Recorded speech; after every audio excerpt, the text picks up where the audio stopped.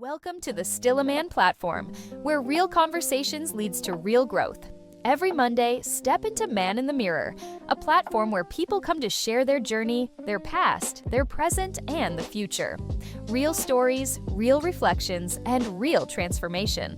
On Tuesdays, tap into the heart of the conversation with Still a Man podcast, honest talk, raw truth, and the kind of realness most people are afraid to dig into. And every Wednesday, ease into the middle of your week with Wind Down Wednesday, your space to reset, release, and recharge.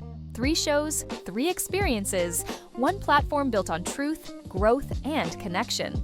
Support the movement, subscribe, share, and stay tuned. Mondays, Man in the Mirror.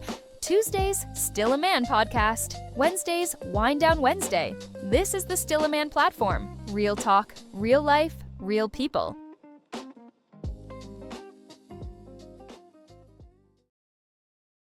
This podcast provides a platform that will share many different points of views that should empower you, uplift you, make you want to go out and do right. When you hear the term still a man, say, yes, I am. Still a man. Yes, I am. Still a man. Yes, I am. Let's go.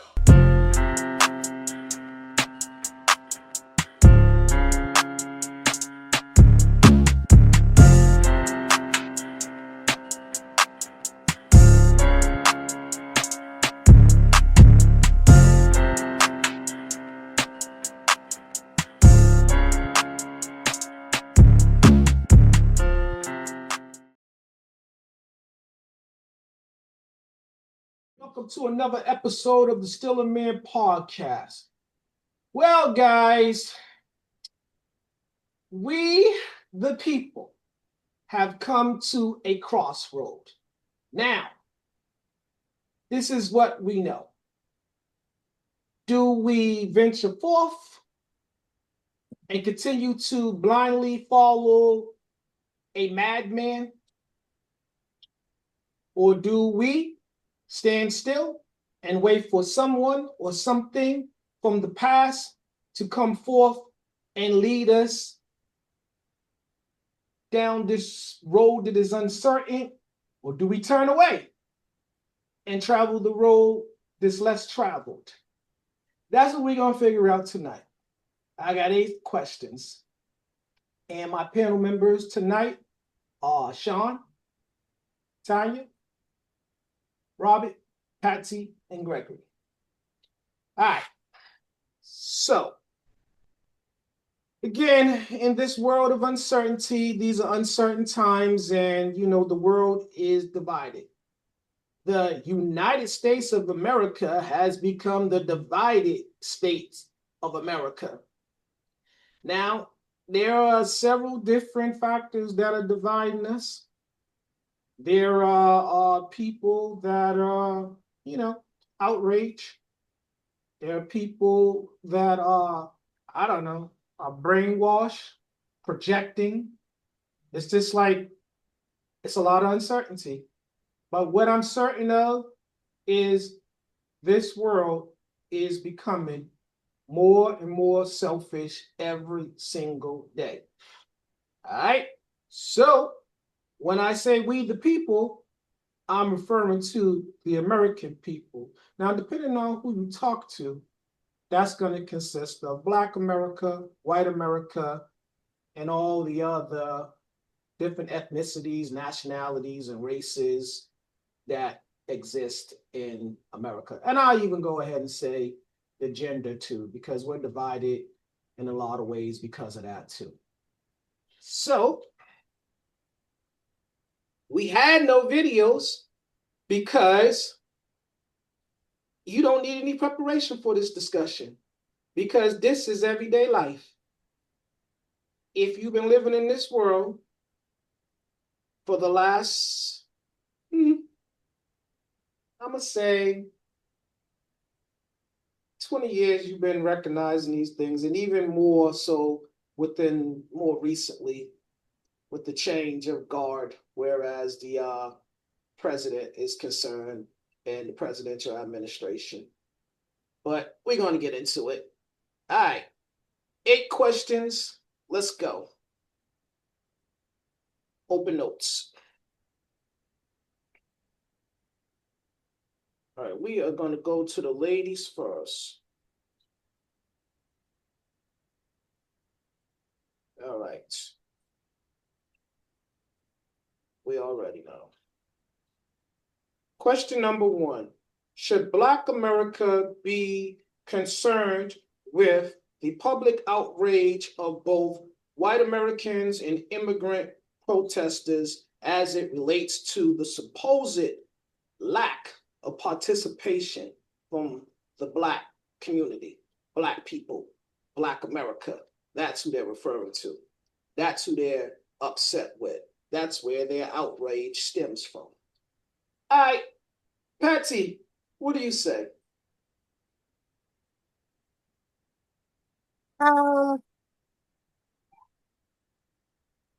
if you're being aware of what's going on,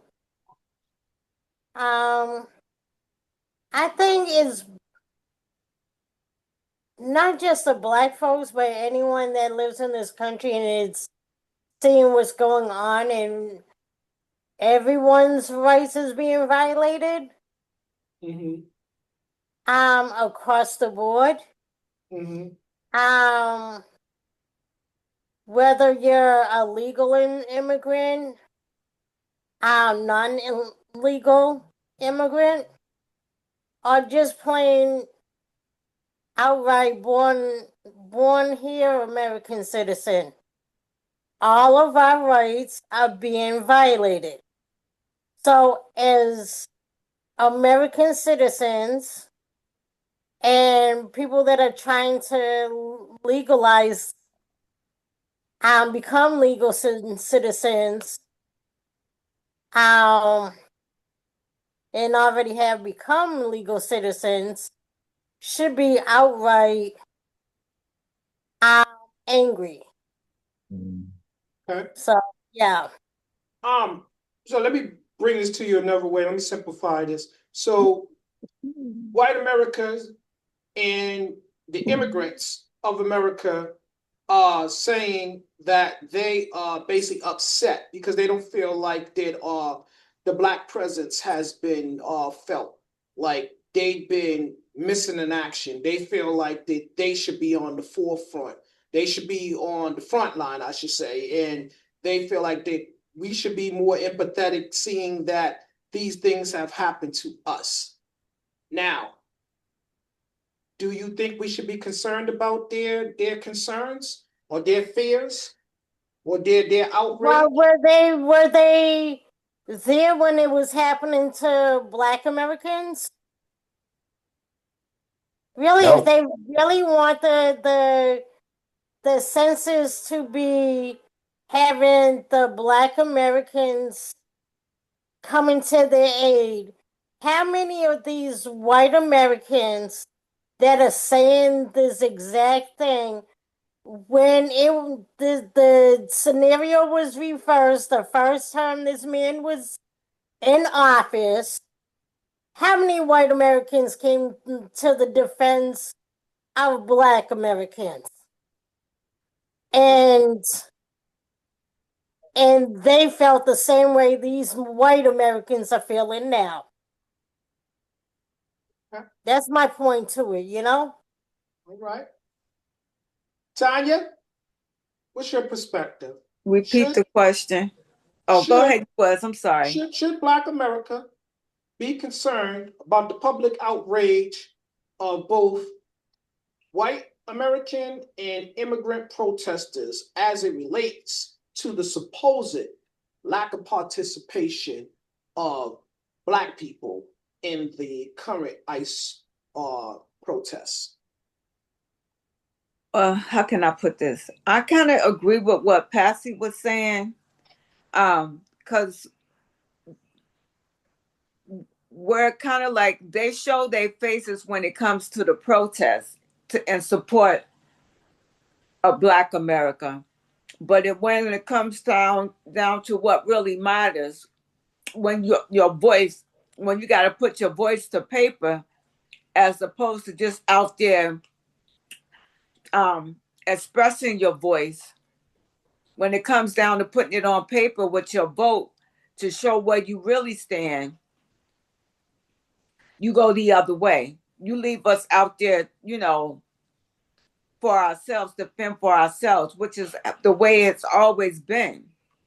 That we have to fend for ourselves. But that's the goal that they want us to be upset. They want us to be worried about it and to get out there and protest. We have to, because eventually they're going to be coming for us. Mm. But at the same time, though, they need to show where they really stand. I mean, you can get out there, you get a taste of what it's been like for us for all these years, and like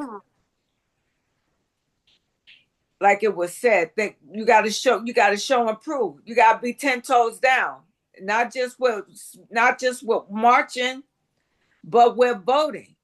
We could have avoided all of this because the man said from the beginning that he was coming for retribution.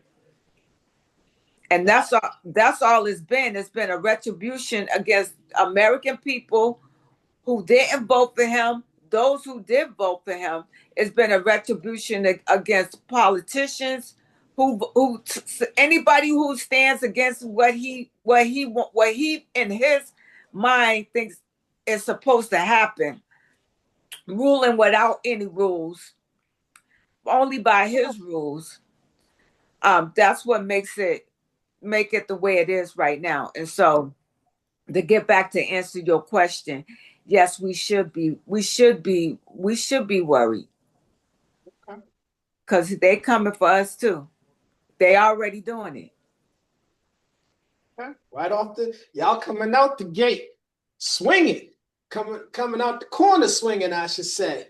All right, Brimage, what do you say? Should Black America be concerned with the public outrage of both white Americans and immigrant protesters as it relates to the supposed lack of participation of Black people in the current ICE protests? I'm gonna say no. I don't think that it's gonna matter. You be concerned because you didn't go out there and stand beside them. If you did, or if you didn't, it wasn't gonna make a difference. I don't think, and I'm just gonna leave it at that for right now. Okay. John, what do you say?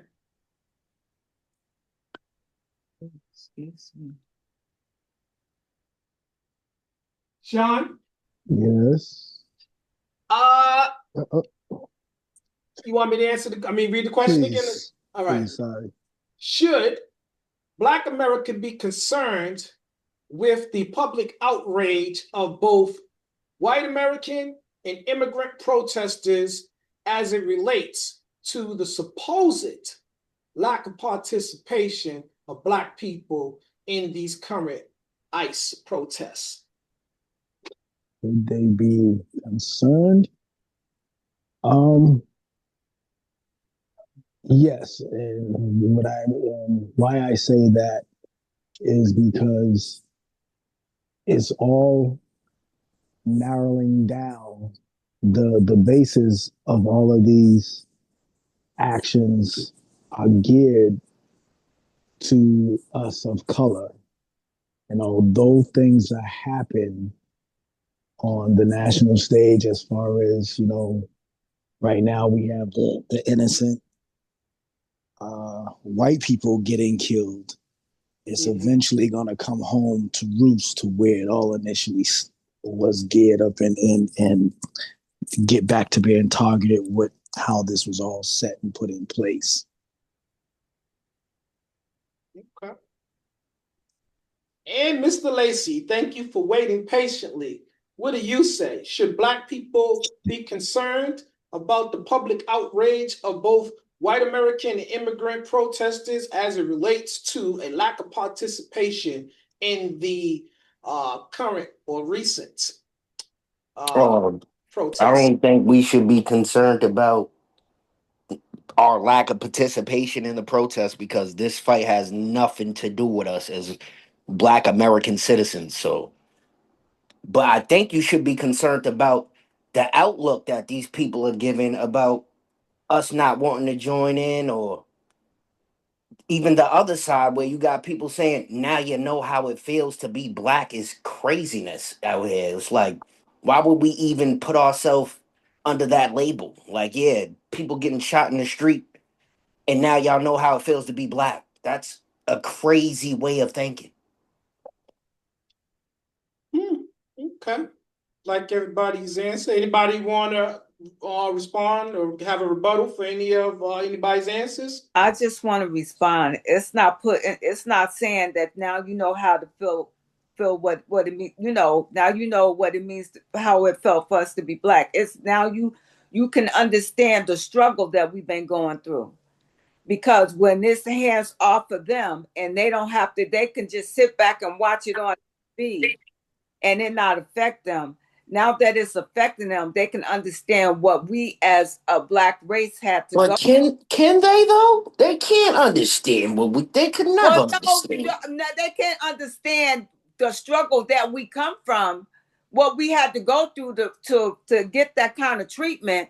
But now they can, now that they see what was actually happening to us. But that's what I'm saying. That's just one dynamic of being in the black struggle. So for them to pull that out and be like, "Oh, now you know What, how it feels to be us," is a crazy way of thinking to me. Gregory, look at what happened the first time that Trump was in office. How many black Americans got killed by police officers? Now it's the ICE agents doing the same thing, but they're doing it to white Americans. That's what they're Well, comparing it. I would think that the blacks being killed by the police officers is an ongoing problem that's been going on way before Trump. Yeah, Yeah, I'm, you I'm are not saying that, but this is the point. Now y'all know what we've been going through with the works of the police department across the nation. Now ICE agents are doing it to any and everybody, Well, not just I can't say that, Patsy, because as a black I person, understand because you know, and I can relate to that statement because I've been within the same community as you so what guys. I'm saying is, if they knew how we felt, then they wouldn't be out there going against federal officers. Because how we feel as black people, when the feds are coming, we're scared out our fucking mind. We are scared terribly. We heard the feds was in town. You're not even doing what you usually do. So Right, they but don't know how we feel. We're not doing now what they're doing. they're getting scared It's not the because same. I know, not but now, know wait how a you minute, feel, but they're getting. understand. Start to Gregory, understand. hold on. Now they're getting because they're getting shot. Now they're a little leery of these ICE agents. They're going to change their pattern, like the black community has changed their pattern of behavior when it comes to the police department, but they're changing it. They're going to change, and they want the black community to step up and help them out. I'm like, that's why I say what I said about like where were they when the black community was going through exactly what these white Exactly, folks. Patsy. Where was they when the feds was coming to raid these black people's buildings and stuff But when they that's was my just trying to point. make a Where living to were feed they? their daughter, like Biggie said. But that was my point in the first place. Where were they when the black community was going through it and it was publicized? Where was the white community trying to So, help the black community? so again, if I may. So if you're just joining us, Bird, I see that you just logged in. So tonight we are discussing We the People, and I'm referring to what the people have been enduring. Um, so the first question is, should Black America be concerned with the public outrage of both white American and immigrant protesters as it relates to a lack of participation in the current ICE protests? That was a lot. He lost me somewhere in this game. All right, You might oh, so basically, break it down to me. basically white Americans and immigrant protesters are upset because they feel like that there's been a lack of Illegal participation. immigrant protesters. Gregory, let me finish giving it to them. Because white American and immigrant protesters are upset because they feel like Black people are not out there in support of their plight, what they're going through, what they're enduring. Got it now? Got it. I don't think it should bother Black American. We've been through enough in this world. So that's my name's Paul, and that's ships between y'all. Mm-hmm. So So can I say we fought for our own shit, and you guys fight for yours. Ain't no white people or brown immigrants fought for Black rights and voting shit. I guess y'all handle y'all business. We good. Where we at? Can I add some? I want to answer this question because I hear what everybody's saying, and I always say this to the people. For a very long time now, everybody wants to quickly disassociate themselves with the Black race. They want everything that comes with the Black culture, but whereas the Black race, they don't want to have any like connection to it. So even with I'm gonna say foreign blacks, Black foreigners, and they come here to America. Even the Hispanics and stuff. Everybody wants to be excluded from what happens to the Black American. And now everybody expects them to be in an uproar because it's happening to them. I understand we should all be empathetic. I get that part. I do. But I want to, historically speaking, I want to remind you guys of something, right? In the Civil War, right? They told those Black Americans, slaves, that if they fought for them, they would receive their freedom. And once they did so, and they helped them win the war, they tried to keep them in captivity. They tried to keep them, force them to remain as slaves. So I would, proceed with caution, because again, we become the great default. Like when it comes to put the blame, when in doubt, blame it on Black people and they'll help you out. That's what it is. So I feel like that when all the smoke clears, they're gonna go back to their favorite target. So I would ask Black people to be mindful of that. But at the same time, I don't think that I'm going to be up in arms because some Black people are proceeding with caution, because trust is earned. And America, as of late, has not been trustworthy. Now, I said America. I didn't say white America. I said America. So when you have people, just uncertain about how to proceed, well, they have a reason to. America is they haven't been honest. They've been built on a foundation of lies. Welcome to the MAGA era, where everything is up in your face. But also, I want y'all to remember this. See, America, and I think it's in our public what you call it, address or whatever, the national anthem.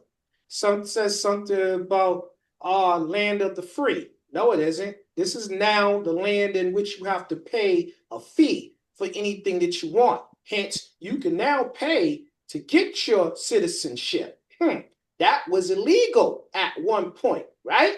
But it's not now. It's profitable, right? It also used to be the land referred to as home of the brave. Okay, I don't think they was referring to the Indians because they didn't want to give them that distinction and say that this was their land or this was their home. So they claim that what they did finding this land and making it civilized.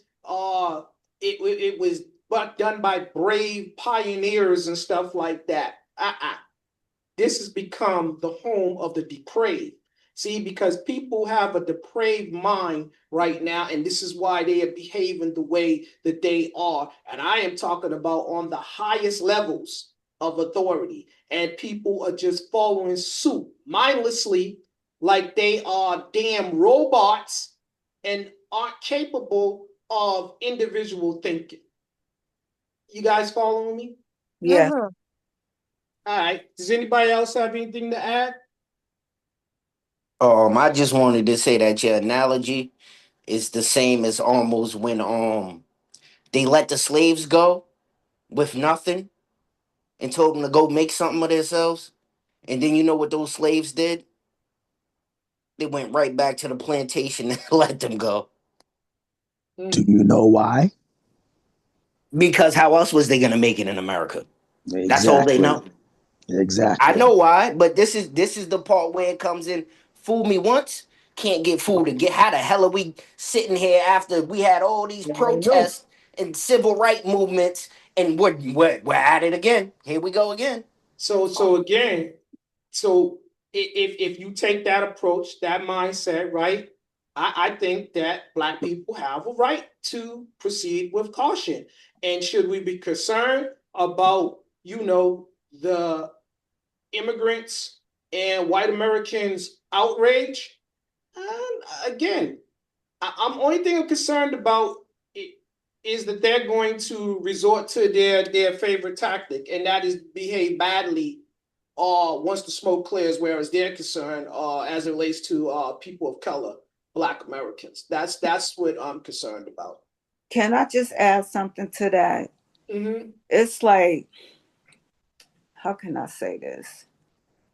It's like, um, when we fought for civil rights, when we was on the line fighting for that, there was some white people that fought alongside of us and that even voted for us. But just like they was killing us, they killed the white people who helped us. That's the comparison to 1960s to what's going on now. Mm-hmm. They are killing those um who fought alongside of us because of our rights and us getting the civil rights passed. It affected women, it affected immigrants, it affected everybody else along the line to benefit from what we fought for. When do we so as black people take the so whole picture? let me get my thought out, please. So we should be concerned because as they showing you that you think that, how can I say this? They're going down the line of people who they wanted to be their target. They stayed off of us for a little while. Then they went to the LGBTQ. Then they went to the immigrants. So they the things that they plan that they're trying to put in place as the target for white America to be upset with. You know, those who think alike, who don't think like them, that want their civil rights and want to have free thinking. They starting with the immigrants. They starting with the white people, the women, and with the woman, it hit with LGBTQ. It hit the women side of things, and pretty soon it's going to get down to us. When if they're trying to get us into the fray so that they can put the target on us, and we be resorting back to where it was. Mm-hmm. Because if Can I all say else this? fails, they're gonna blame it on us. When are Mm-hmm. we gonna look at the whole picture? Because even me just saying that they let us go and then we came back, but we were supposed to be promised 40 acres and a mule, right? And then when we didn't get that, we said F that, we're gonna build our own stuff. And then down the lines after that, after they destroy all our stuff, we decide, well, we just want to be integrated with y'all. We want to be a part of what y'all got going on. This is the whole picture of the whole thing that you're talking about. Even them fighting for civil rights is crazy when you know you should be fighting for your 40 acres and a mule. Why do you want civil rights with these people that just treated you like animals? Because You'll get It's the civil overall rights a picture. lot faster, even though it's not coming. You'll get civil rights a lot faster than you Mhm. will your 40 acres and a No, what mule. I'm saying is that Yeah. what those movements is crazy. How did we go from having our own to fighting to be a part of theirs? Because they wouldn't allow us to keep our own. So what are we fighting for? Are we fighting for the right things? Because Black You're Americans fighting are to fighters. survive. You're that's what you are known to do. That's what you're known to do. Black people Mhm. fight. You Yes, came sir. here fighting. You was fighting not to be put in Yep. chains into bondage. So you ain't gonna just stop fighting. That's a part of your spirit. That's in you. They're gonna That's in your survive no DNA. matter what. Oh man, you ain't heard them stories. They said they'd rather die than to be held captive. And this isn't even my story because I'm telling you once again, black, brown, copper colored people was already here. So everybody wasn't a slave. When they start telling you those stories, they can't even find these slave ships that brought over these 3 million slaves or however many millions was brought over across the Atlantic slave trade. It's all bullshit. That's Where's the fine. slave ships? That's fine and Danny that you Where's can it say at? that everybody was enslaved, but the mere fact that there were slaves That's in a right. free Exactly. country. And How many? and It doesn't matter how many, Gregory. They it were was Doesn't make enough. up. It It slaves. doesn't make up happened. the black body in America. Okay. How does it not? Because that them being slaves is the reason why we're in the situation and why we have the Exactly. status that we have now. That's us That being we're looked at. prisoners of That's war and them taking our stuff in war.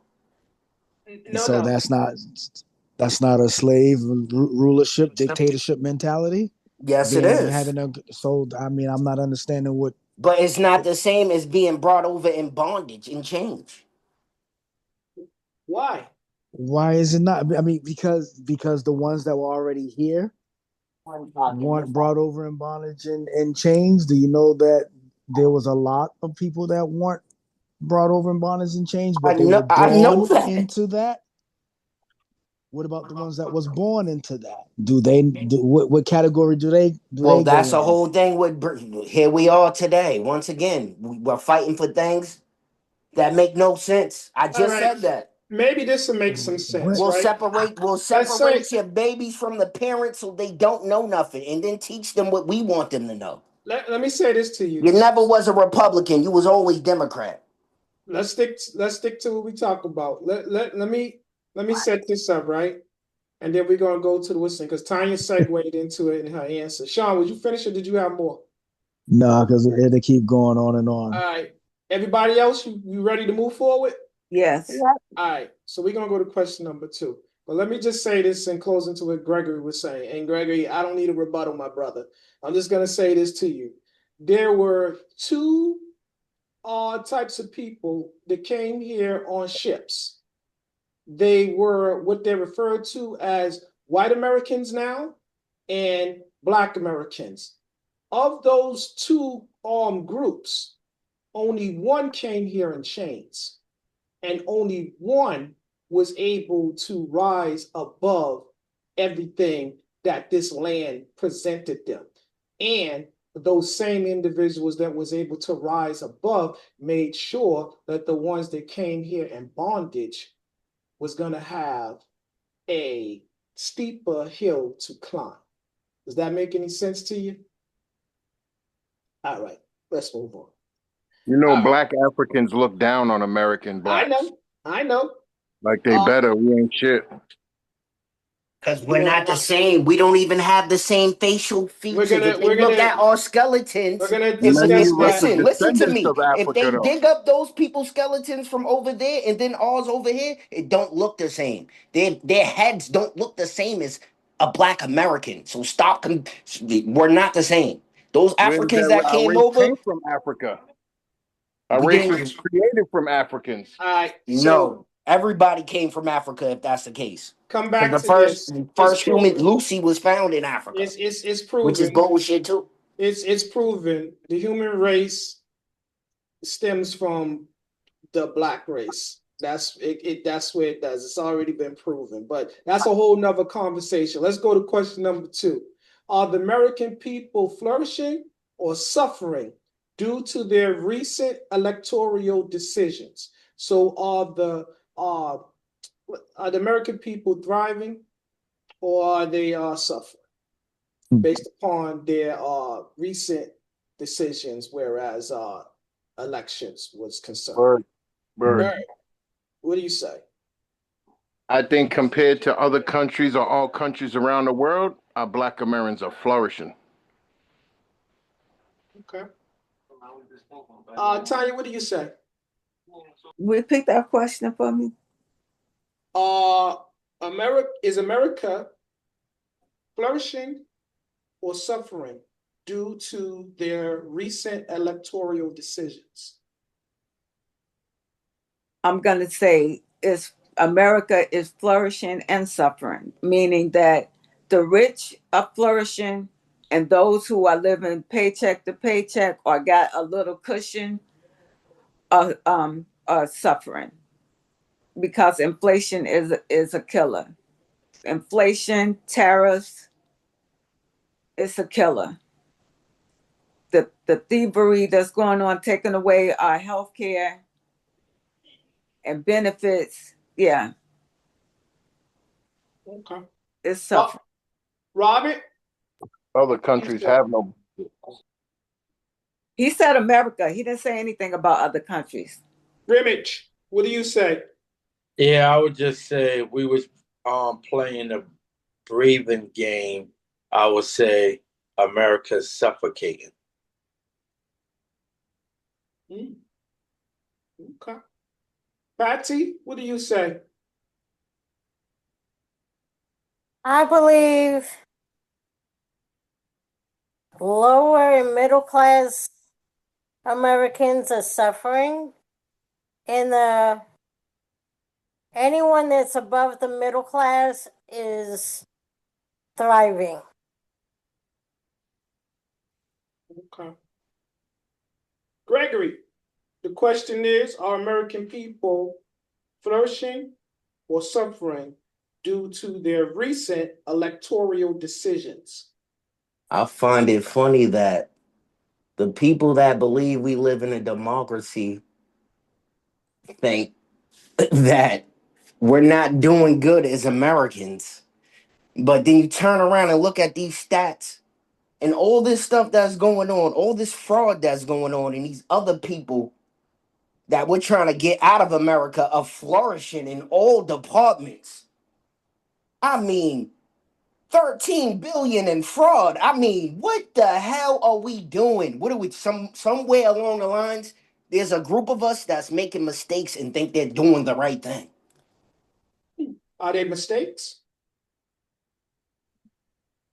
I just told you, there's a bunch of us that believe we live in a democracy that isn't helping Americans, but you turn around and look at these illegal immigrants and they're flourishing in all departments. There's a bunch of us that think they're doing the right thing that's making mistakes. Okay. Okay. Sean, let's see if you can make sense of this. Are the American people flourishing or suffering due to their recent electoral decisions? The best way I can answer that is it all depends on who you ask. Because some people will feel like America is thriving as a whole, regardless to what their personal and individual situation is. Excuse me. And then others will actually look at their situation and say that because they're not thriving or those that are around them are not flourishing, then we as a whole might be suffering. So it all depends on who you ask and where they stand on the spectrum. That's about the best way I can answer that question. Okay. I'm going to take a shot at this question. So, I think that people, the way they voted was based upon what they thought they was going to uh, be rewarded with. I feel like people felt like that after the election, depending on how they voted, that they was going to immediately be propelled into success and financial like cushions and that's what it was going to be based upon campaign promises, what was said during the campaign. And I think that a lot of people now are realizing, as Gregory said, they think they're doing the right thing, something along those lines, but they're making mistakes. No, I don't think those are mistakes. I think that people purposely set out to follow certain individuals because they felt like that it was going to benefit them. There was no mistakes. There was no mistakes. They knew what they was voting for, and this is what you have. See, this is what you got now. This is what you voted for. So if you're flourishing, it's because you was already flourishing. And if you're suffering, that's because you was already suffering. The person at the helm was going to always make it better or worse based upon your social economic status. Are you guys following me? Yep. So there wasn't no mistakes. There was no mistakes at all. People went into these things. They went to those electoral booths and they voted based upon what they thought was going to benefit them. See? That's my stance on it. Can I say something? Yes, you may. The only people that feel like America isn't flourishing right now are the people that's going against the grain because of who's in office. And are those the same people that have been Your denied? sanctuary cities are losing whatever fraud type of benefits they was getting, and they're being checked about it. And it's a whole bunch of investigations going on right now. So yeah, I can see a whole bunch of people acting like America's doing so bad, but they're really not. Look at the oil that just came. Your gas prices is going down. A whole bunch of things is going on right now with America that's good, but they don't want to point it out. Okay. Well, good segue into question number 3. Does anybody else have a rebuttal before we go on to question number 3? I was just going to add that if the problem that it is that we're not voting as Americans. Everybody is voting. No one is voting to for it to benefit for everyone as a whole. People are voting for their ideologies and for their own selfish reasons. I believe that to be so. That's all I wanted to add. Anybody else? All right. Let's go to question number 3. Gregory, I'm going to come right to you because you alluded to this. Okay, question number 3. Does President Trump's pursuit for sovereignty represent a threat to America's existing liberty? Again, Hell no. What do you lead with? The hammer. If you're not leading with the hammer to come down, I don't know what you're doing. I took civics. I took history class. Bring the hammer down on these people so they can feel the authority. He's doing the right thing. It's not threatening our sovereignty. It's making us look strong like we should be looking. okay. Again, the question is, does President Trump's pursuit for sovereignty represent a threat to America's existing liberty?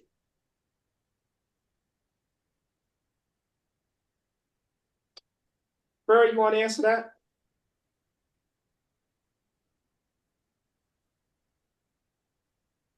You guys got to turn your mic on so you can be heard. Okay, Robert.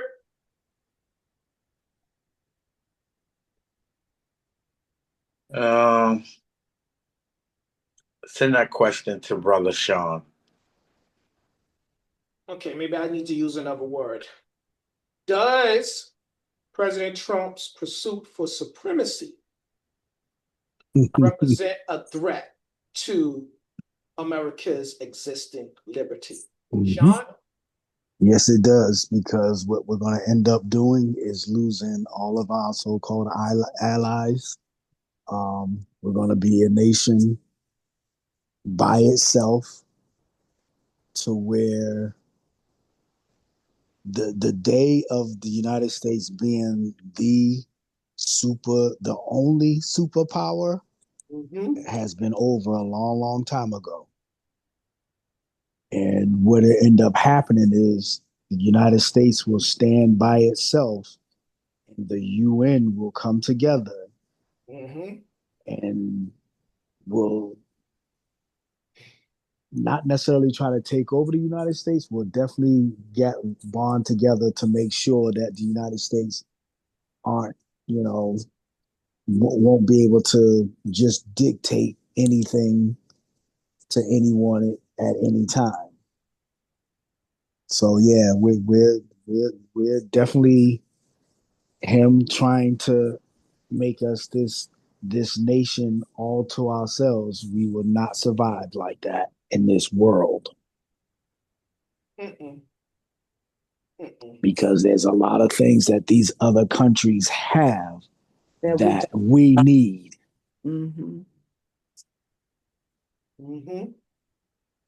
Patsy, what do you say? Does President Trump's pursuit for supremacy represent a threat to America's existing liberties?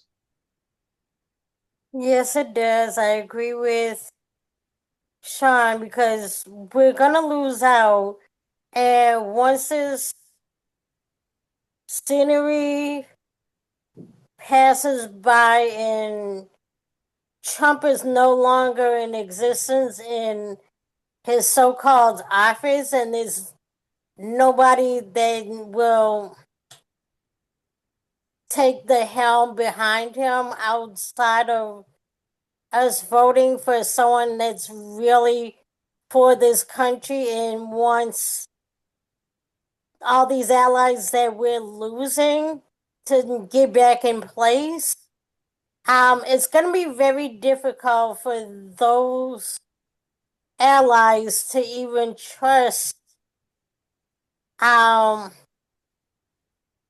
the next person in their true intent, because they're going to look back on what has already happened and being alienated by this wannabe dictator. Tanya, before I go to you, let me just say this again. America, y'all been lying for a long time now, and we've been suffering due to these better lies. And again, a person that would lie to you is robbing you of the truth. And as a wise man said, well, these are wise words of a man that I've been hearing. A lie don't care who tells it. Hear what I said? Tanya, same question. Yeah. Does Donald Trump's pursuit for supremacy represent a threat to America's existing liberty? I'm going to agree with the board, and I'm going to add that the reason why America was looked at as the only superpower, as you said, David, is because we spent many years building relationships and building allies, and having our allies be able to trust us. And having that group, that Article 5, that when one go to war, we all go to war.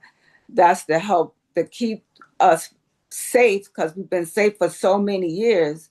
And when you lead with iron, you die by iron, because now you can't force somebody to rule, to live the way you want them to live. You have to have a relationship and building with trust and looking out for one another. When you want to be a dictator, as some have said, you alienating us from the allies. You alienating us from imports and exports, economic growth. You alienating us to be by ourselves. That anyone that can come and attack us, and we'll be fighting alone.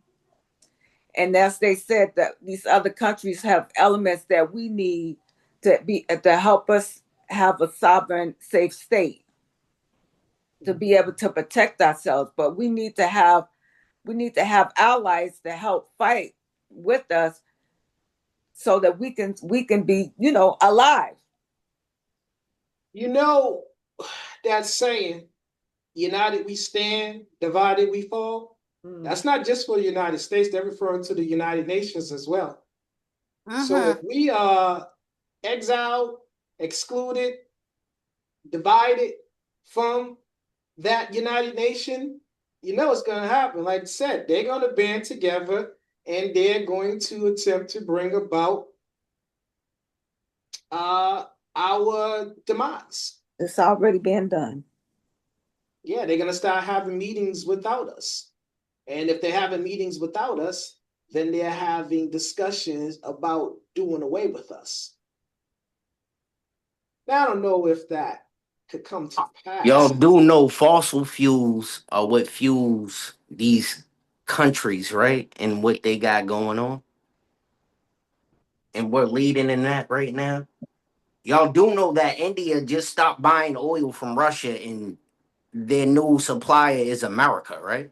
But do you know that people are going towards green energy? That means we are gaining a new ally. You know, the people of Venezuela is happy that Trump went over there and took out their dictator, right?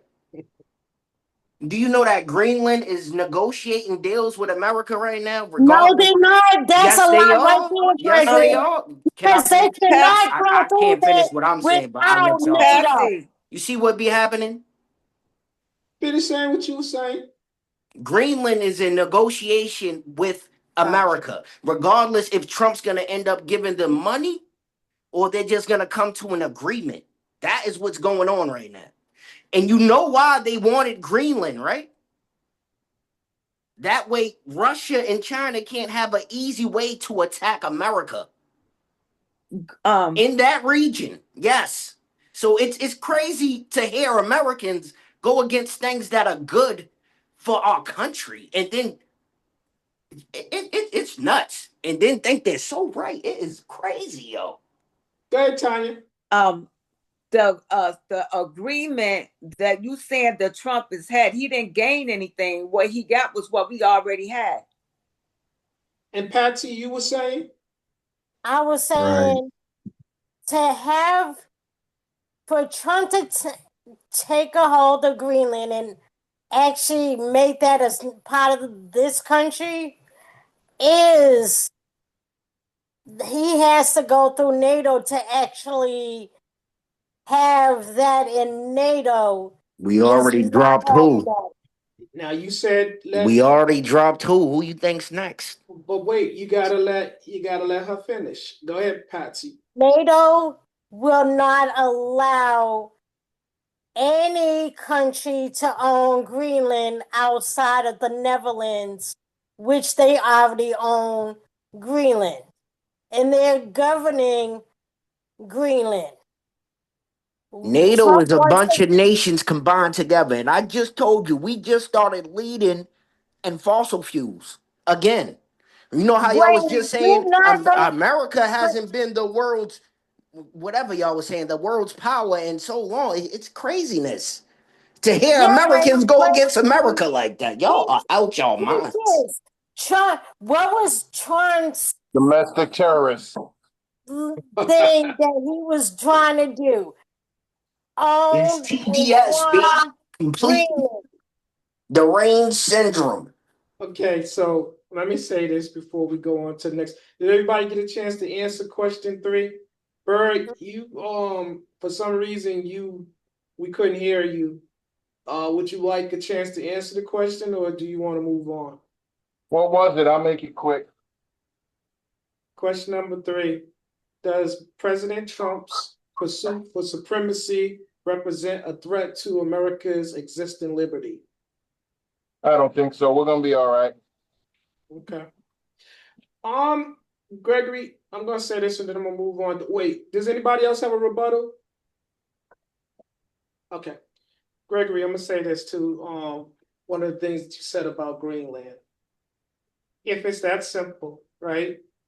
Why doesn't he just have discussions with them stating that he's trying to reinforce the border so it doesn't make America vulnerable? Why doesn't he just have those level of discussions? Because then that lets your enemies know that there is some type of there's a bunch of China nationalists and Muslim, what do you call this state? I forget what you call them, but these people are over here. They're in our country. They're in Canada, burning Canadian flags, saying death to Canada, death to America. And if you're not seeing this and you're not worried about it, you guys are out your mind. Can I ask you a question real quick before we go on to listening?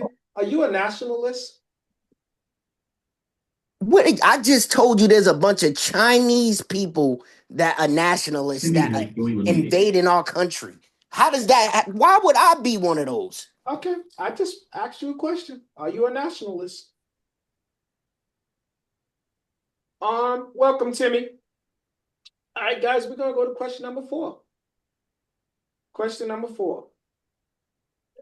Which of the following services, excuse me, which of the following factors serve as dividing factors as it relates to the American people? Race, religion, ethnicity, gender, social, economic status, or politics? Gregory? I'm sorry, repeat the question again. I wasn't paying attention. Which of these factors serve as dividing factors for the American people? Race, religion, gender, ethnicity, social economic status, or politics? I'm gonna say G, all of the above. It's all designed to separate us. Yes. It doesn't make sense, but it's true. And the only thing that should be separating us is us, our gender as men and women, male and female. Anything else is absurd. Patsy, what do you say? Be ready in like 10 minutes. You heard me? Is ready ready in 10 minutes. What's the question again? I'm sorry. I'm like, What is the dividing factor as it relates to the American people? Race, religion, gender, ethnicity, social economic status, or politics?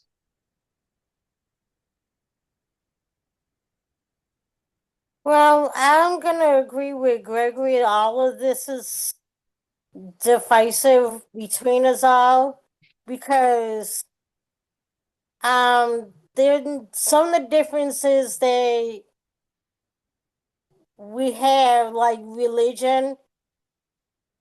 um we should find a common denominator between all of us to actually figure out or agree to disagree about certain things and be like, okay, what are the common factors we all want, and list the differences and the commonalities and go with the commonalities and agree to fight for all of what we want as a whole. Bert, what do you say?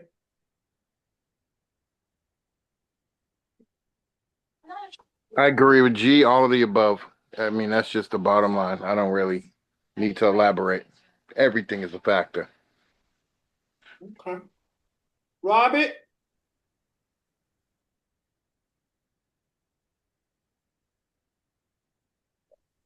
I agree exactly with Gregory. Um, yeah, and then I say it could be depending on the individual too. So individuality. I mean, everyone ain't the same, but yeah, it could be. Timmy, what do you say?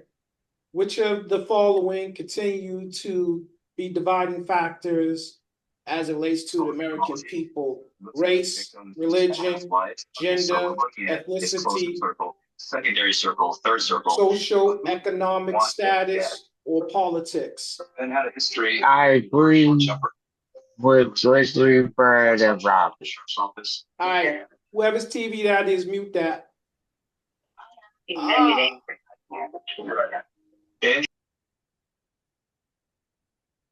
Tanya, what do you say? I'm going to agree with the panel, and I'm just going to add the common denominator is that we're all people. Okay. So if we look at each other as people, instead of the all the above, we might be able to get somewhere. Mm-hmm. Sean, what do you say? I agree with the panel and definitely agree with the last part of what Tanya just said, because that was my thought process. Okay. I'm going to break this down. So I'm going to tell y'all this is, like Rob said, depends on the individual. So I'm going to give you my perspective. So I think the dividing factor in that, which has always been the dividing factor, is the white wealthy man factor. Because those individuals,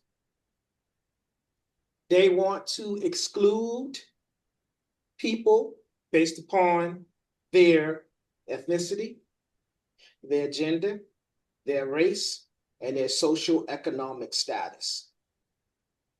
And are based upon your political affiliation. Because most of all, religion, the part of religion that divides us is because those same individuals want to tell you who you should worship, what you should believe in. And most of all, they want you to denounce every aspect of religion except that it points back to you worshiping them and worshiping what they believe in. So they have always been the dividing factor. That's the way I see it. Anybody That's object to a what I fact. say? That's a fact. No, I agree with you on That's that. a fact. Okay, that's beautiful. So let's go ahead and pay the bills. This episode of the Still a Man podcast is sponsored by EmporiumPlus.org. Remember, folks, EmporiumPlus.org is an online store. If you can't find what you are looking for in this store, then you are not shopping in the right store. This is your one-stop shop. Robert, tell the viewers what type of brands they can find in EmporiumPlus.org. Depending on what part of the world you're in, it is cold as hell. So you might want to grab yourself a throw or a blanket, something to keep you nice and warm during this time of year. You can find this and more in emporiumplus.org. You will find fashions in all brands. And we forever Stella Man, U-Serum, Adopt a Paris Ladies First, SOS Support Our Sisters, and some merch in EmporiumPlus.org. For our viewers that subscribe with our Stella Man platform on YouTube, we appreciate you guys. Smash a like, spam a comment. For the ones who haven't, subscribe. Smash a like, spam a comment. Stay warm out there. Thank you. All right, thank you. And people, it's Black History Month. Happy Black History Month. So I would like to spotlight two designs in the Emporium Plus store.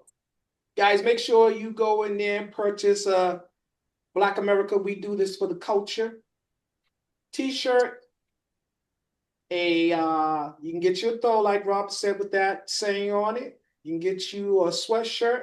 You can even get a coat that has that stated on the back of it. Also, another one is the Black Mania design. So I don't think I have to tell y'all the significance of those designs, those sayings. You know, it represents the Black race. So again, Black History Month, guys, go out there and support your Black owned products and the I'm gonna say the stores and anything else that is owned and paid for by Black people. All right. That being said, let's get back to this we the people discussion. All right.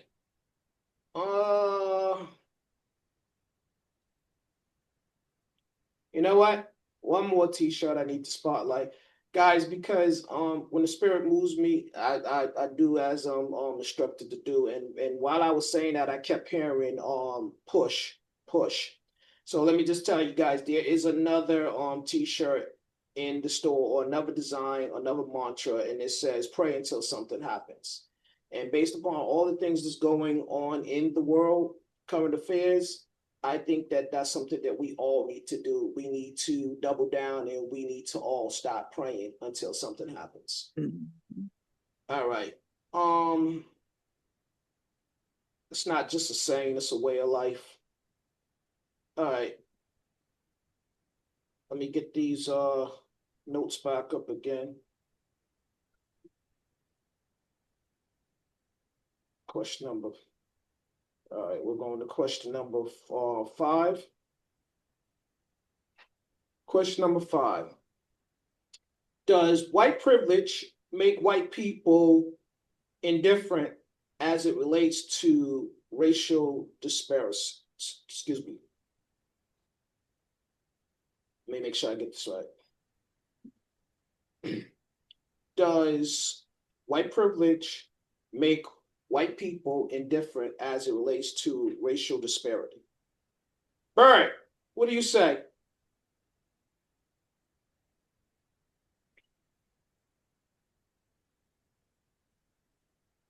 Okay, you gotta turn your mic on.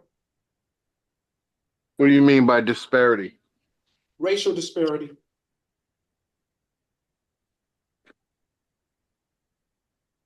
I'm not sure. I don't really got an answer for that, because me being biracial, I don't have that in me. Okay. I don't have white privilege, so I'm good. Okay. Patsy, what do you say? Does white privilege make white Americans indifferent as it relates to racial disparity? I think it does, because it's like when you feel like you're above people with your privileges, or what you can utilize because you're like more in the middle to upper class, and you've always had certain things happening in your neck of the woods or in your own ball game than somebody else's that's lower than you. Yeah, they're insensitive to other people's needs that are lesser than them.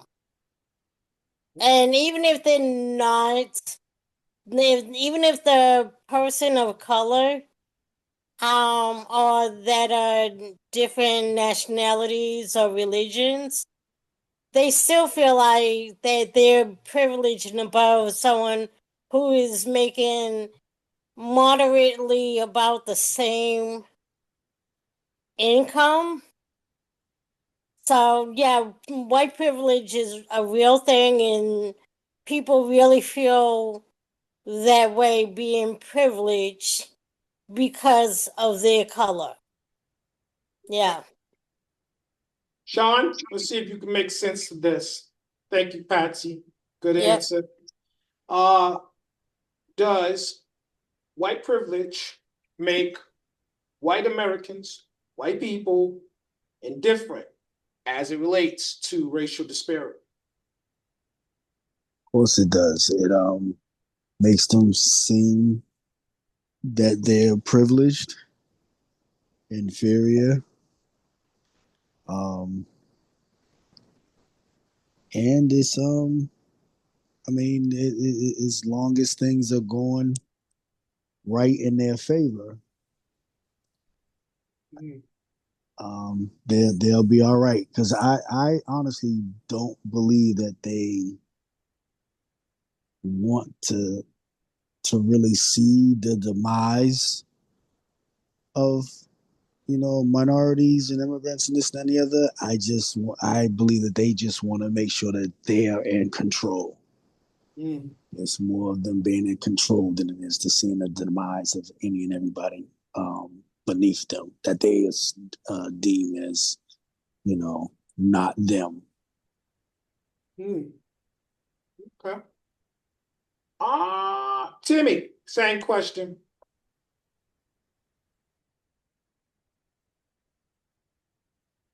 Tim, gotta turn your mic on.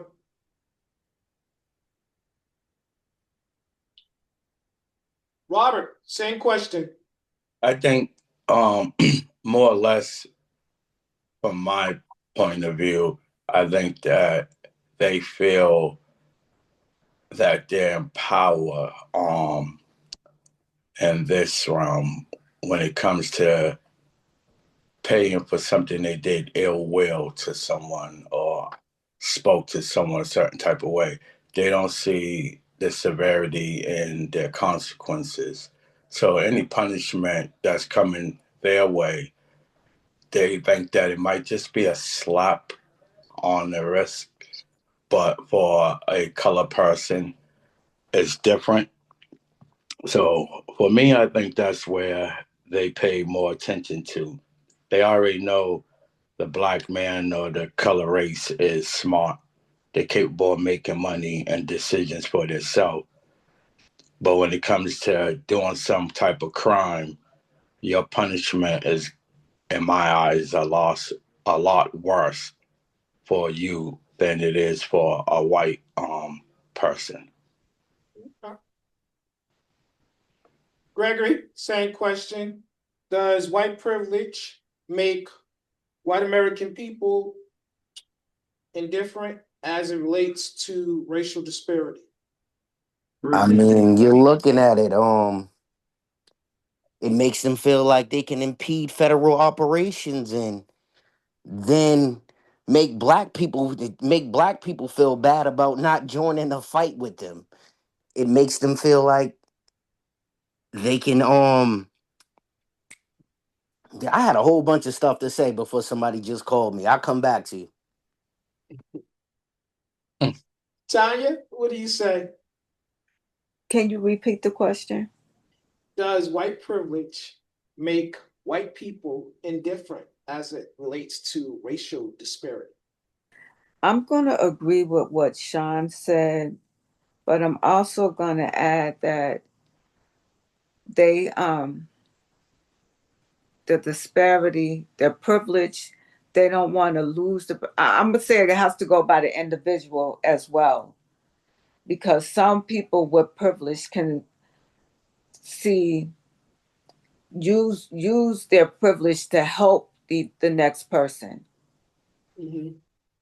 of the less the how your question was framed. Mm-hmm. Mm-hmm. So it depends on the individual and it depends on where they stand spiritually. For me, that's my thought process because that would dictate to what how you're gonna move, Mm-hmm. how you're Mm, gonna see a person as lower than you, or are you gonna see them as a person, as a mm, people? it's good. Love it. Love it. You know, you can tell where people are in their life because everything begins and ends with God. You know, you take that godly approach. You see, and if all of us is taking that same approach when dealing with any situation and individuals, then I don't see how we can fail. But it's because we have a lack or we become America in some senses has become indifferent as it relates to God. And that's what brings about any and every disparity. But I'm gonna say this about white privilege. So this is what happens in a lot of situations, hence the situation with the Minnesota and them killing white Americans in the streets and stuff like that. I believe before that those incidents that white Americans, white America had a presumed shielding.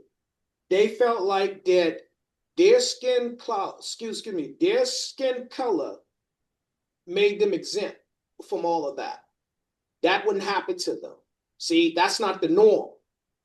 That's what they see happen to black people because they say black people break the law and stuff and they're bad people and stuff like that.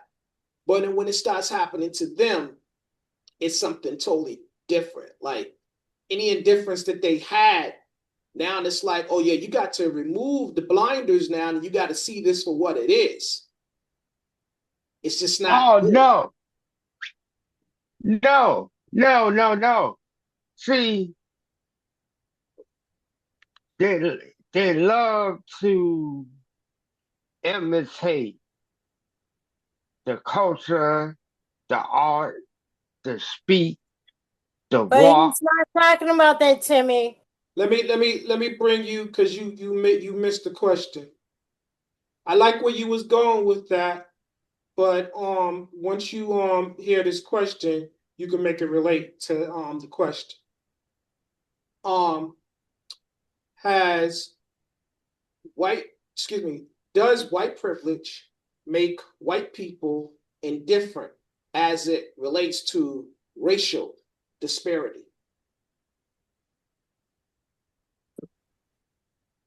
They would like to think it is, but as I was pertaining to what I was saying was that if if our culture is so bad, why do they want to get tan?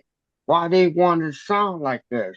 Why they want to talk and dress like us? Come on, so what I say to that is just like when the other artists and the other struggling people that was before them, they only seeing things that those people went through, and some of them came through it and excel, and some didn't come through with a penny.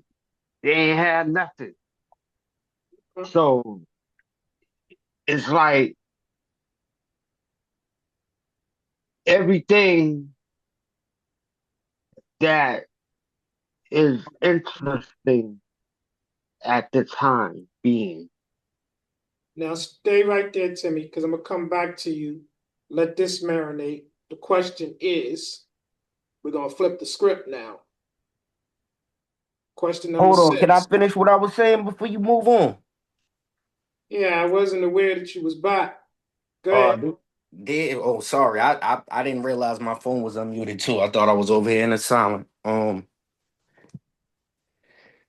There's a whole bunch of people going around saying that as black people, because your great grandmother or your grandmother went through slavery, that has nothing to do with you. And that has a lot to do with them feeling comfortable with their white supremacy too. And even look at your last president. He done told you, um, minority kids can be as smart as white kids too. So just look at how they really feel when they're very insensitive when it comes to that topic. It's nuts. He even told y'all, you're not black if you don't vote for him. I Because doubt that's blacks vote for true. Democrats. Mhm. Okay, stay right there, Gregory. Keep that same energy. Uh, Question number 6. Has Black America become apathetic as it relates to the suffering of other people? I mean, look at them. They want to divide and conquer us, and it's a very good job they've done to you guys, and it's crazy. You're coming out, you're defending stuff that doesn't make any type of sense at all. Because these people definitely wouldn't be doing it for you in their country. Look at what happened to the basketball player, that girl, man, whatever she wants to call herself, Oh, the one that was locked up in Russia. for a vape pen. Mm, okay. Sean, let me see if you can make sense of this question. Has Black America become apathetic as it relates to the suffering of others? Always have, because that's just our makeup. Um, we're forgiving, we care, we try, some of us try not to, but at the end of the day, we don't want to see anybody doing bad, being bad, or downtrodden. So it's just not the it's not the core of us as a whole.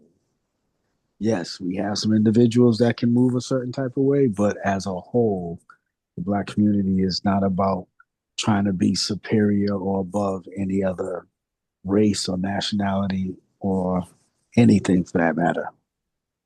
Hmm. Okay. Brimage, what you say? Again, like I alluded to earlier, it's really based on individuality. Okay. Timmy, what you say? Repeat the question.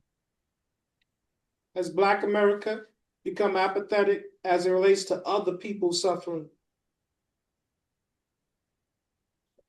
I would say like 45% because you're seeing things that's constantly repeating. And I agree with Sean's answer too, as well, because that also everything comes in what you go through in life, you don't forget it, but you try to take the good and things to restructure how you come from, right? And with doing that, you have some stuff that be like leftover that you try to push it to the side and don't deal with it because you don't want it to interfere with what you're trying to move forward in the present. Okay. Patsy, what do you say? Um, yeah, I think so because most people, even people that are not in that white privilege era, even though they have stuff that they have that someone that is um doesn't come easily as easy or doesn't have the monetary stuff. Yes, people are trying to push forward and trying to be more unified and through different cultures and the races and stuff. So they're like, okay, yeah. But a lot of times people come against that that compassion and everything. So it seems like it's always gets suppressed and everything. But Mm, they do try to be more confident and empathetic and trying to move past the hurt, the pain, because and so they're compassionate about others, not trying not to hurt other people the way that they've been hurt. mm, okay. Um, Tanya, what do you say? Um, has Black America become apathetic as it relates to other people suffering? I'm going to say yes. And the reason being is that we know what it feels like to be viewed and looked at as less than human. So when we see other people going through things, we can view it with a more graceful eye, with mercy, look at it through love, through God's eyes, as a person, as humanity. Mm. Yeah, I'm gonna say as it relates to apathy, I don't think Black people can afford to be apathetic because we're there can't be a lack of interest in other people's sufferings because we're always dealing with our own suffering. So how can we not relate to someone else's suffering? Even when we try not to tap into what's going on with other people and try to remain focused on our own sufferings, you see what happens. There's public outrage. Oh, you guys are not doing enough. You're not showing enough interest. You don't have enough involvement and stuff like that. So yeah, I don't think that in America, Black Americans are afforded uh the possibility of an apathetic approach. So that's my answer to that. Does anybody have a rebuttal? All right, let's go on to the next question. You guys are knocking these out the box easily. All right, here's a good one. Question number 7. Should American citizens fear an immigrant uprising? And if so, how shall Black America survive said revolt? Timmy, should America fear an immigrant uprising? And if so, how should Black America survive the revolt? I don't think that would happen. If anything, it'll be stand together type thing. Because blacks and foreigners all going the ones who are less fortunate, just like the blacks that are less fortunate. They go through hardships and trials and tribulations as well. So I would say as a whole,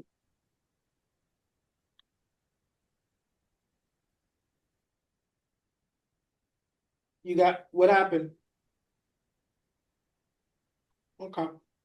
Patsy, same question. that was it, Dave. All right. I said Patsy, as a whole. I okay. said as a whole. I wasn't certain if your phone had blanked out.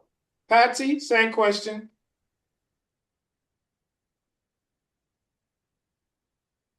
So if there's a immigrant revolt, should Black America be concerned? Yeah, how will they survive? Um, Well, excuse me. First hand, should America be concerned about an immigrant uprising? And if so, how will Black America survive the revolt? um, it's that's kind of Interesting question.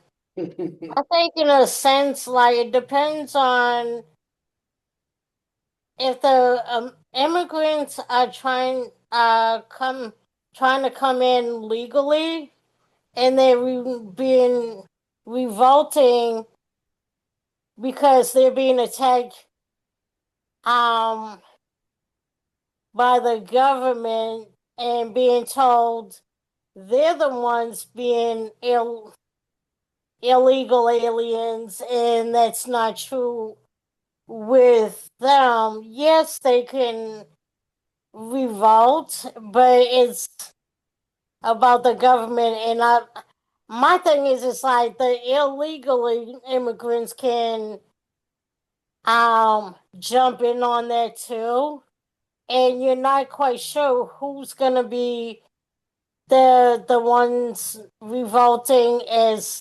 legal or illegal. And yes, we should be concerned. Um, and I think the black community will um. I'm not quite sure if they'll fare well or not. Um, but I think if they end up the some of the black community members join in, they're going to join in with the thought process of, we were brought here against our will illegally, so we're going to join in on this revolt. I'm not saying the whole black community, but I'm quite sure if people have that mindset, well, y'all, this country brought us here illegally, or the slave trade brought us here illegally, then they might just join in just on that basis. Mhm. I'm inclined to believe that. Robert, what do you say? Should America fear an immigrant uprising? And if so, how shall Black America survive this revolt? Well, let's see. Uprise. Immigrants. Illegal or legal? Or just overall speaking? Immigrants, period. Well, then that means everybody. Because Europe, there's about 10% to 20% of them here in the United States in the US. And then you got the Australian people, which is like 98,000 plus or whatever. And black people is making up 12%. So I'm really worried about everybody as a whole, because if they start deporting or shipping you out, they're going to ship out a lot of the European people that perhaps might be here illegal, and on to the other Australians and everyone else. Black people's going to do what they do best: survive. They've been survivors all their life. They know how to adapt or perish. No pun intended, but pun intended. They got no other choice but to adjust what or with whatever it is they're dealt with. And our people or y'all people will do what they do best. They'll survive. Like that. Like that. Minister of Conspiracy, what do you say? Let me get the question one more time, big dog. Should America fear an uprising? Excuse me. Should America fear an immigrant uprising? And if so, how shall Black America survive said revolt? I encourage everybody, if you haven't seen your former forever president's movie, because that's what y'all like to call him, but there's no kings. Your forever president's movie on Netflix called Leave the World Behind. This is exactly what you're talking about. And this is why people should be happy about Trump being in office right now, because he's putting a stop to exactly what you're talking about. I just told you earlier that there was Chinese nationalists and Islamic State terrorists coming into this country. And you know what would end up happening if there was an uprising? We wouldn't know who's attacking us because our borders have been open the whole time. You know who was in office? You know who was in office? Joe Biden. Joe Biden came from whose administration? Your forever president. And he put out the movie so you can see it. And remember, predictive programming is a real thing. They wanted you to be prepared for something. So if you're worried about that type of stuff happening and you're seeing the pushback on it coming from this person that you hate so much, you should ask yourself, am I on the right side of history? Robert Brewington has joined the meeting. Okay. Nicely put, nicely put. Tanya, should America fear an immigrant uprising? And if so, how shall Black America fare? How shall they survive said revolt? I'm going to agree with what Robert said, that we adapt and we survive. I'm going to agree with what he said. And I'm going to add that we're not going to know who the immigrants are, because as far as it is, that we're all immigrants, like Robert said. But they trying to, somebody had said at one time, when we was on this podcast, that we're born, people born in this country are automatic citizens, and they're trying to take that away. Yes, So they are. if they succeed with that, you're not going to know who the immigrants are. They're going to consider us all immigrants. And so that leads me to believe that they're going to try to get rid of the ones that they don't want around. Immigrant to their ways, to their way of life, to their way of thinking. Yeah, I agree. Sean, what do you say? Should America fear an immigrant uprising? And if so, how shall Black America survive the revolt? Um, I like what Tommy just said. Also, I don't believe there will be an immigrant uprising here in America. And the reason for that is, again, um, no one is really trying to be better than the next in this country. Because everyone believes that they're here to get the same equal opportunities, although equal opportunities is not out there. People still believe in that. I strongly believe that those that come here really believe in that, and that will be their focus more than to try to actually form something that would go against the grain of what America is supposed to be about. Robert Brewington has joined. If that makes any sense. That makes perfect sense. I'm going to answer this question too. Should there be an immigrant uprising? Yeah, I'm inclined to agree with Gregory to a certain extent. Whereas, because America is, again, they pride themselves on saying this is the land of the free. They claim, most foreigners think American streets are paved with gold, opportunity, the land of milk and honey, right? So, however, if you look at the definition of immigrants, like Robert said, that describes the majority of America, because we have Polish, we have Irish, we have Italian, we have Jamaican, we have Cape Verdean, we have Trinidad's, we have, like Robert said, Australia, and all those other places and stuff, they could South Africa.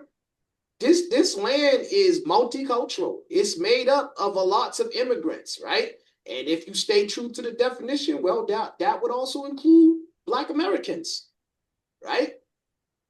So again, I think that they won't know America as a whole where the threat's coming from because it could come from any point. But whereas Black America is concerned, how do we survive this? Well, I agree with Patsy said earlier. There are some people that are going to feel like that in order to survive this plight, they're going to have to join in on the fight, right?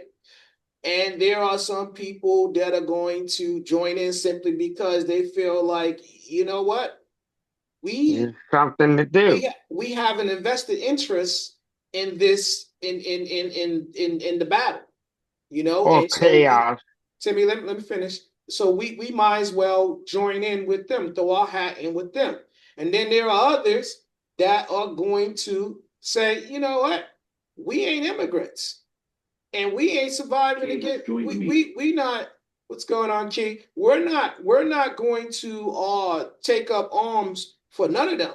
We're gonna stand alone, and that's how we're gonna survive it. We're finally gonna stand on our own, and that's the way we're gonna survive any type of immigrant uprising. Because again, if there shall be an uprising, then it's going to be everybody against us ultimately, because everybody's going to turn on us. So we're going to have to stand alone, and we're going to have to learn to fight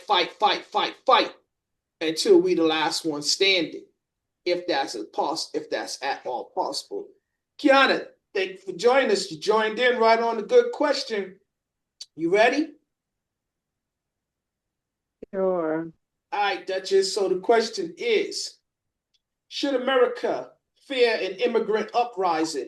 And if so, how shall Black America survive said revolt?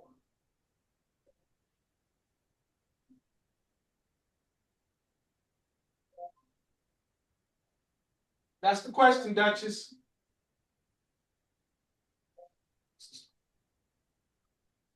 Turn your mic on, King.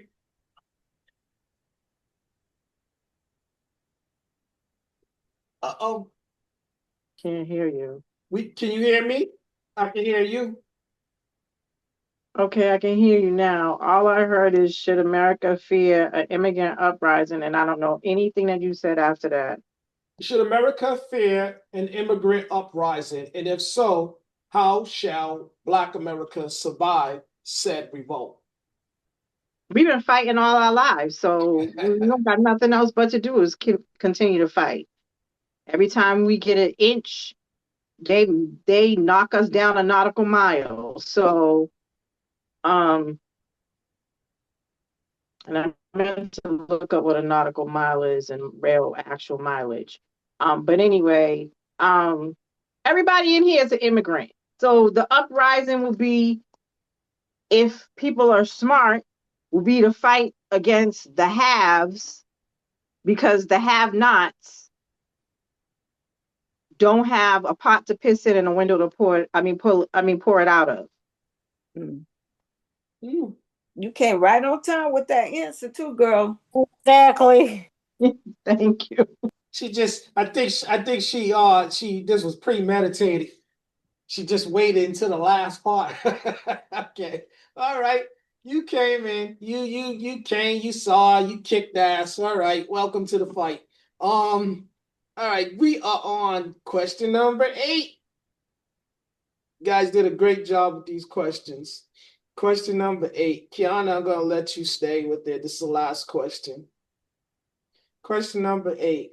As an American citizen, would you ever willingly relinquish your American citizenship for any reason? No. My ancestors fought too hard for no. I got blood on the land. No, I will not. I will leave this place, but I ain't giving up my citizenship. No. Okay, makes sense. Thank you for your participation. Timmy, would you ever willingly relinquish your American citizenship?